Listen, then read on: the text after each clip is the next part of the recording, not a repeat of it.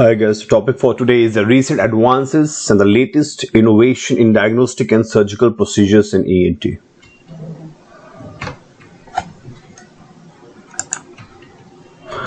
So let's start with the functional magnetic resonance imaging. So functional brain imaging includes any of a broad range of techniques by which the physiological changes accompanying the brain activity can be followed. Currently, the most commonly used functional brain imaging technique is the fMRI. So what is the principle behind it? See, the functional magnetic resonance imaging is sensitive to the increase in the local blood flow with the neuronal activity. So let me give you an example. If you tap your finger, so there are certain areas in your brain which will show activity. So this activity is because of the activation of the neurons of that area and the increase in the blood flow in that area and the oxygen supply. So these changes in the blood flow can be measured directly using the perfusion MRI. However, as the increase in the total oxygen delivery exceeds the increase in the oxygen utilization, another fMRI method, the bold fMRI, can also be used. So what happens that the increase in the total oxygen delivery, it exceeds because of the activation of the neurons and the demand of the oxygen in that particular part of the brain. Total oxygen delivery exceeds the increase in the oxygen utilization. And also what need to know that we plot a graph against it, the oxyhemoglobin and the hemoglobin. So in bold, the blood oxygenation level dependent. So what is the bold? Bold is a blood oxygenation level dependent fMRI. The imaging contrast arises as a consequence of the higher ratio of the oxy to the deoxyhemoglobin in local capillaries and draining values in the brain activity. So using the blood oxygenation level dependent bold fMRI, gray matter regions active during the sensory, motor and the cognitive activity can be defined based on the accompanying local increase in the blood flow and the oxygenation. So whatever area you need to study, as I told you before, now here you can see there are different MRI. So different form of the contrast can be generated using the MRI, identifying the structural and the functional difference across the normal or the pathological brains. In first A, this one, the T1 weighted contrast in the brain of a patient with a multiple sclerosis, showing the brain tissue as a brighter signal and the cerebrospinal fluid for or areas of tissue matrix destruction, darker. These are the darker areas. Now this is a T2 weighted contrast in the brain of a patient with a multiple sclerosis. Here the CSF is bright, as are regions of inflammation with its associated edema. So you can see this white. In C, here you can see a contrast enhanced T1 weighted image from a brain of a patient with a multiple sclerosis, a region of acute inflammation. With loss of the intact blood-brain barrier allows a leak of the gadolinium DTPA contrast agent into the brain parenchyma, enhancing the signal intensity locally with the arrow here. And this is the D, this is the bold. Blood oxygenation level dependent fMRI contrast defines the hard region of the primary sensory motor cortex during a simple hand movement. The color represents the statistical significance of the signal enhancement during the active versus the rest phase. So basically there is a graph, oxyhemoglobin and the deoxyhemoglobin and oxyhemoglobin graph is there. So we plot and it is plotted and these images are generated accordingly. Some functional information can be introduced by scanning other injections of an MRI contrast agent like the gadolinium, which can define vessels or regions around vessels that become more permeable to small molecules with inflammation, infarction and tumors. Metabolic functional imaging techniques such as the bold fMRI can identify the activation related changes in the gray matter where the synapses are found, but not in the white matter.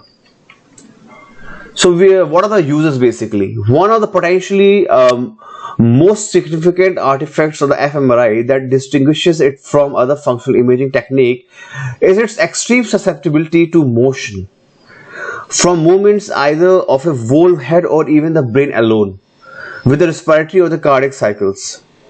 So the information concerning the organization of the human auditory cortex directly demonstrates the parallels with the functional organization of the auditory brain in animals. An important aspect of the functional MRI studies is the ability to define the potentially interacting regions across the broad region of the brain. Imaging drug response, the ability to monitor the changing responses of the subjects over several examinations, makes the fMRI potentially attractive for studying the effects of the drug. So this can also be studied, the effects of the drug on the brain. So now another topic is the positron emission tomography. Positron emission tomography provides a means of identifying a pathology based on the altered tissue metabolism. So what is the principle behind it? This functional imaging technique relies on the radioactive molecule, the radiotracer, that decay with the positron emission. So what happens? We inject the radiotracer and that decays with the positron emission. So now the radiotracer is given intravenously to the patient and is taken into the cells. Now the cells recognize it as a foreign and as a consequence of it trapped early in the metabolic pathway. So these radiotracers get trapped, are seen as a foreign body and are trapped into the metabolic pathway. Malignant cells trap more radiotracer compared to the non-malignant cells. So all the tumors, malignant cells, these trap these radiotracers more. The local radiotracer concentration can be measured in vivo since these unstable radiotracers decay by the positron emission. So what happens? These radiotracers emit the positron and going a short distance in the tissue, they collide with the electrons. So when they collide, what happens? An annihilation reaction results and two protons, also known as the gamma rays, each emitted at approximately 180 degrees to each other, are emitted.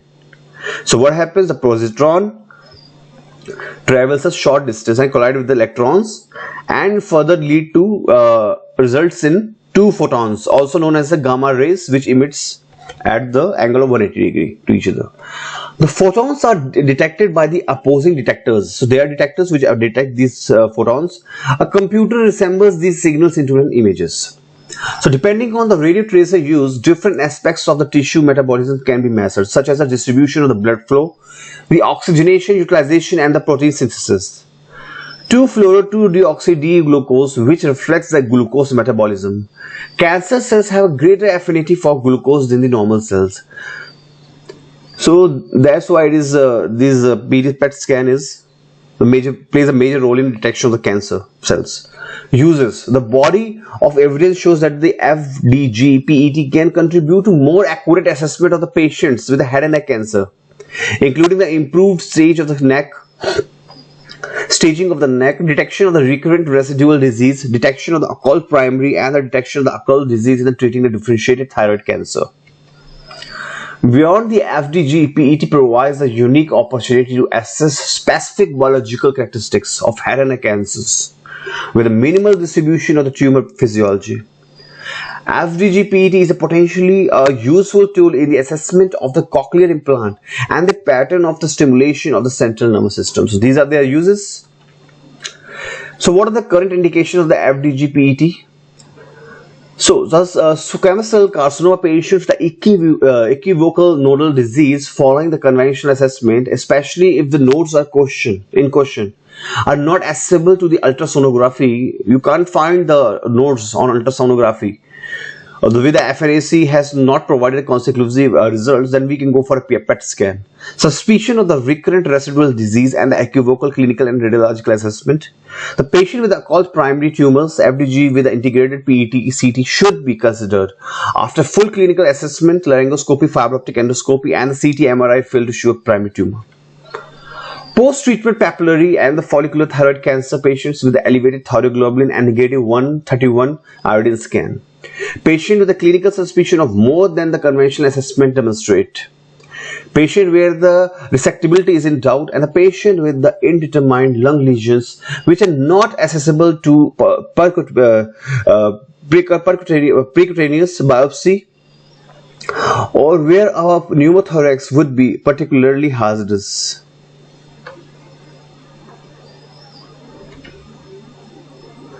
So here you can see a 38-year-old male man who presented with an elevated thyroglobulin after total thyroidectomy and 131 iodine ablation for primary thyroid cancer. In the A you can see whole body. The 123 iodine scan shows no active disease, whereas in the B, the FDG with the integrated PET CT shows a nodal recurrence corresponding to, and as C you can see the normal sized nodes on the CT.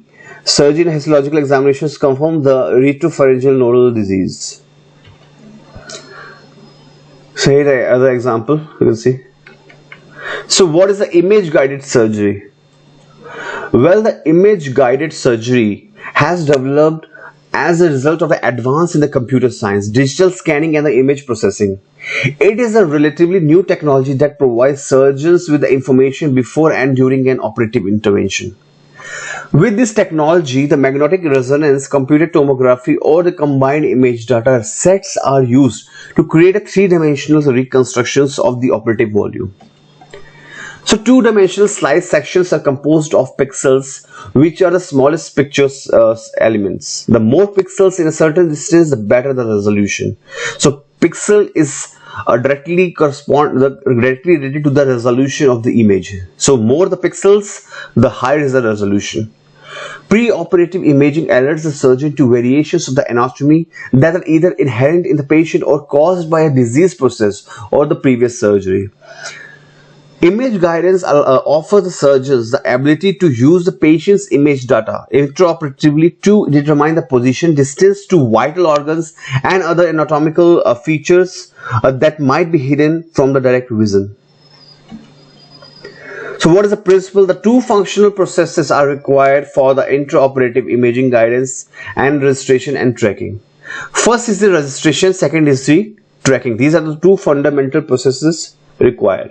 What is registration? It is a process that relates the patient in the operating theater to pre-operatively acquired image data sets. So in the registration we get pre-operatively acquired image data sets. What is the tracking? Is the mechanism of following the position of the patient or the instrument within the operative field when you are doing the operation. So what is the registrations? Once the patient is secured on the operating table, registration of the Cartesian coordinates of the CT scan to that patient's in the theater is achieved by one of the two methods. The first is by locating the anatomical landmarks visible both on the patient and the image data using a probe that is visible to the tracking device. Other method of registration uses a mask and laser scanning tools. So what is tracking? It is a sensors that provide dynamic positional information are known as tracking devices. Major applications are skull base and the revision nasal surgeries where there is a complex or the distorted anatomy. Now we'll talk about the optical coherence tomography. See, the conventional X-ray radiography, magnetic resonance imaging, computed tomography and ultrasonography are insufficient to detect the subtle changes in the tissue, microstructure, characteristic of many ear, nose and throat pathologies. The optical coherence tomography is a relatively new optical imaging modality that allows the high resolution cross-sectional imaging of the tissue microstructure. So what is OCT? Can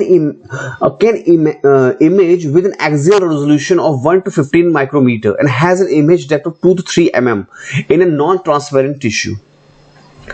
OCT is particularly informative in tissue in which non-keratinized epithelium is separated from the underlying stroma by a smooth basement membrane zone, suggesting that the OCT may have a strong clinical relevance in the laryngology.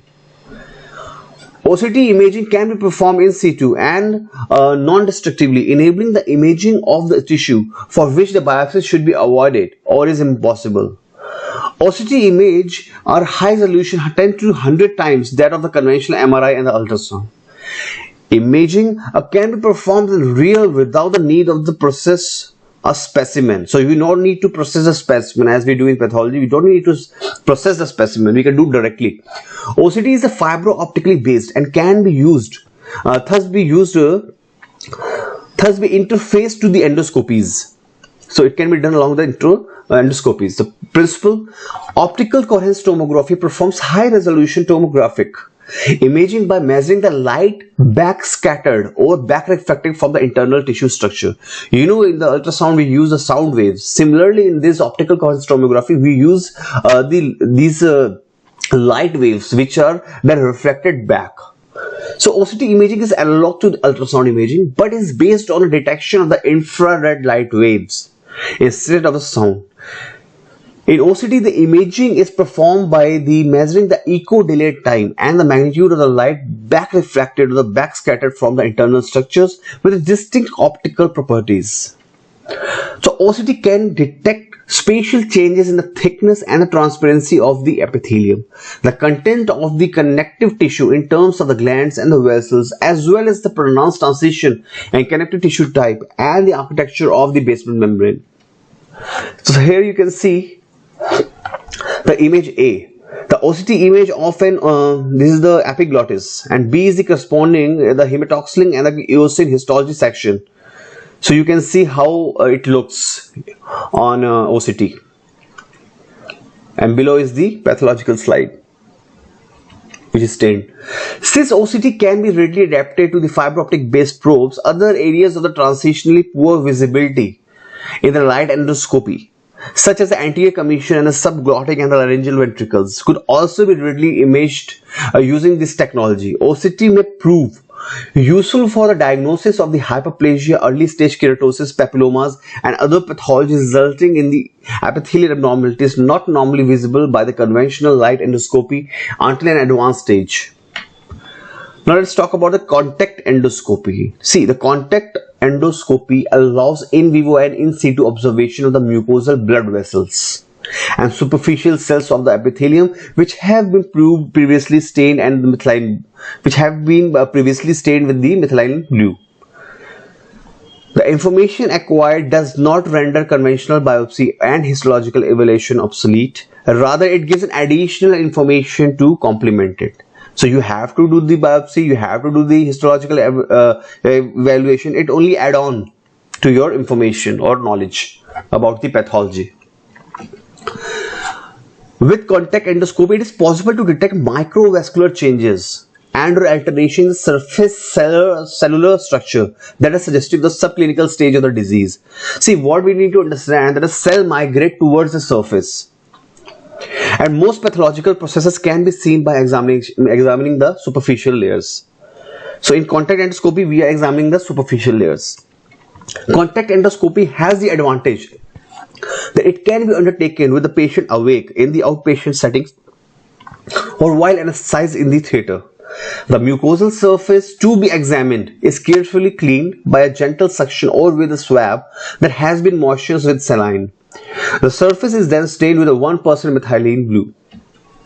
The tip of the endoscope is placed gently against the surface of mucosa, allowing the examination. Staining lasts for approximately 4 to 5 minutes at most sites before gradually disappearing. So in the nasal cavity, the stain disappears more quickly as it moves away towards the nasopharynx along the mucociliary pathway. So what we have to do, we have to place the tip of the endoscope against the surface or mucosa which we need to examine. So here we can see in diagram A, this is the A. So what we see, there is a microinvasive carcinoma. The microlaryngoscopy presents the tumors bulging of the right vocal cords with a hyperkeratosis at Miller aspect. Histologic examinations found the microinvasive carcinoma. In the B, you see there is a autofluorescence endoscopy presents a reddish violet signal of the entire right vocal fold. In contrast, the left vocal fold and both ventricles fold show normal green fluorescence. Now comes the C. You can see the contact endoscopy, original in 260, demonstrates the irregular cell distribution with the extreme heterogeneity, increased nuclear density, and the dyschromia, diskeratosis, and changes in the nuclei to cytoplasm ratio as visible. So this is a normal vocal cord, this is a squamous carcinoma, squamous cell carcinoma. This is the blood vessel you can see. This is surface epithelium and it's showing the squamous cell carcinoma. Thank you guys for watching.